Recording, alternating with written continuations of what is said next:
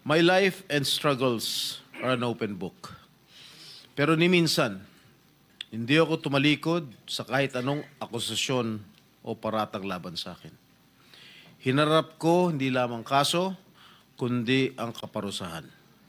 At sa huli, ay napatunayan na wala po akong sala. This investigation is not about me. Huwag niyo pong ilihis ang issue. Sa ngayon, wala ni isang tao ang umaamin. Walang gustong managot. At kung pwede, lahat ay magpapalusot. This investigation is about transparency and accountability. Kung wala kayong kasalanan, magsabi kayo ng totoo dahil kung hindi, sinisiguro ko na mananagot kayo hindi lamang sa batas at sa Senado, kundi sa taong bayan. Mr. Chair, if I may continue. Madam Tapos na yung 5 minutes mo. May opening ka pa kasi. O sige, News pagbibigyan report. kita. Madam Diskaya, Sarah, it is common knowledge that you own 9 companies, namely St. Gerard, St. Timothy, Alpha and Omega, Elite General Contractor and Development Corporation, St. Matthew, Great Pacific Builders, YPR General Contractor, Amethyst Horizon Builders, and Waymaker OPC. Am I correct? Yes po. Hanggang ngayon, up to now, you own these 9 construction companies? Yes po. All right. Since you started securing contracts from the DPWH, since kailan kayo nag-umpisa? 2012? DPWH? Yes. Yes po, 2012. Pag-usapan muna natin yung 2022 hanggang 2025. Ilan na po yung naging projects nyo sa DPWH? Marami na po. Ilan nga? I don't have Mahigit the figure. 400? Mahigit 500? Within the span of 3 years. I don't have the figures po. Estimate lang po, ballpark Give me a figure. ballpark figure. Siguro po, mga 400, ganun. I'm not, Siguro.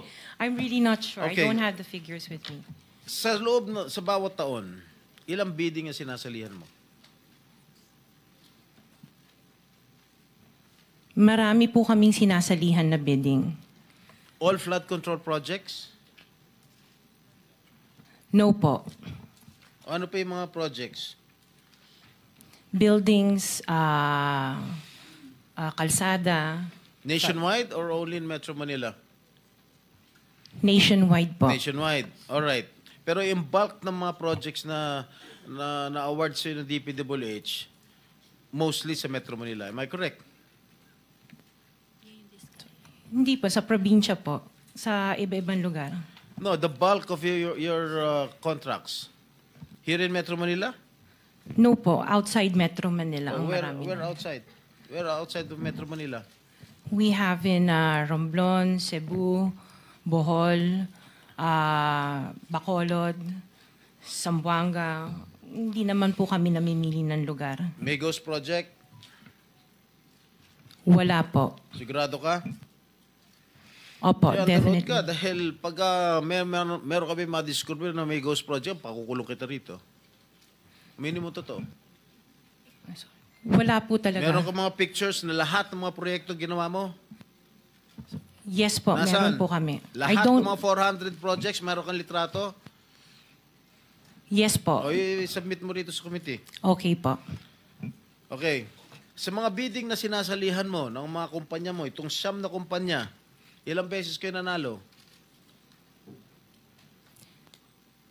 At ilang beses, kung natatalo rin kayo sa Actually, bidding, I ilang don't beses kayo have the natatalo? actual figures, pero sa panapanalunan, very minimal lang po talaga, mga 2%. Pero ang dami namin projects po na sinasalihan na bidding. So, sa loob ng isang taon, pag nagbibidding isang kumpanya mo, halimbawa itong ano ba yun? Yung Alpha Phi Omega, ilang beses kayo nagbid sa isang taon at ilang beses kayo nanalo? Madami po kaming sinasali. I really don't have the figures right now, you know, but I if can... you come here, you have to come here prepared. Yes You do po. not come here unprepared. Alam mo na, tatanungin ka eh. Ikaw sikat na contractor, papa-interview ka. Oh. You have to come here prepared. Your Honor, I am prepared for the flood control projects that you are mentioning. I have the statistics of how many I bidded and how many I lost and how many I won. Okay, you mentioned it to us right now.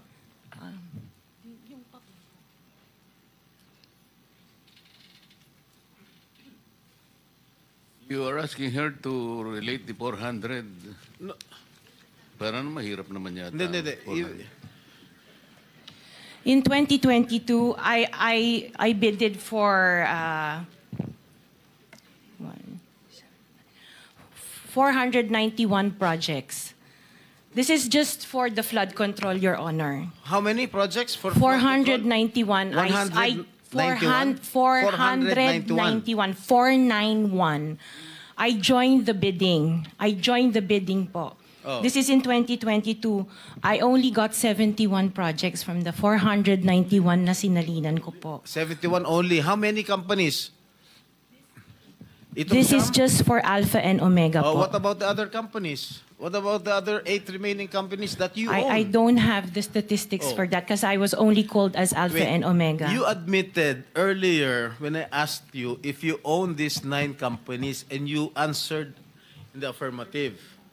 Right now I'm asking you kung ilan yung 71 71 flood control projects na napanalunan ninyo.